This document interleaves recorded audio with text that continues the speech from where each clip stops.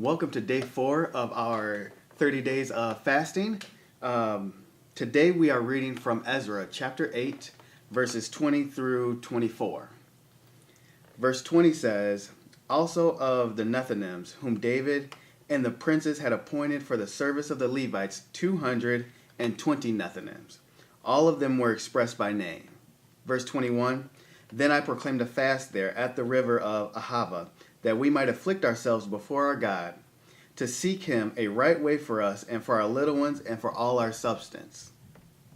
For I was ashamed to require of the king a band of soldiers and horsemen to help us against the enemy in the way, because we had spoken unto the king, saying, The hand of our God is upon all them for good that seek him, but his power and his wrath is against all them that forsake him."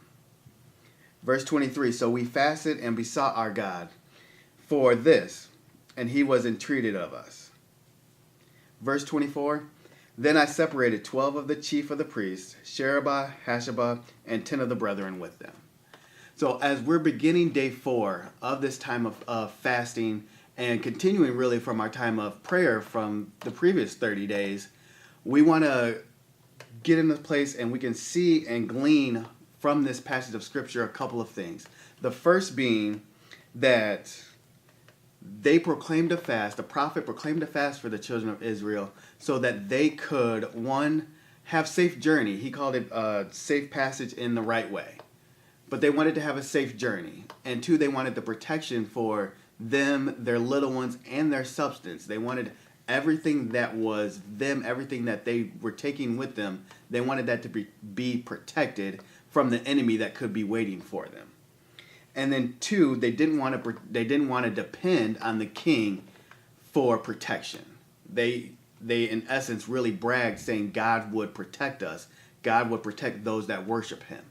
So they wanted to have God fulfill his promise of protecting his people. So they proclaimed the fast, they declared the fast for this. And at the end of the passage, it says that God entreated them. What that basically is saying is that God answered their prayer. They made their safe journey. They were protected. So as we're in the beginning stages of our time of fasting, our time of continuing prayer, and our now time of fasting, we want to, humbly go before God so that we can get the answers to the prayers that we're believing for. Without going to God, our fasting becomes really just a diet plan. And we don't want to just have God be a part of our diet. We want answers to prayers. We want the next steps, the things on our journey that we're believing for. So as we're beginning our journey, set in your heart what we want to believe God for. What do we need the answers for? And he will entreat us, or he will answer our prayers as we're going before and continuing this journey in this time of fasting.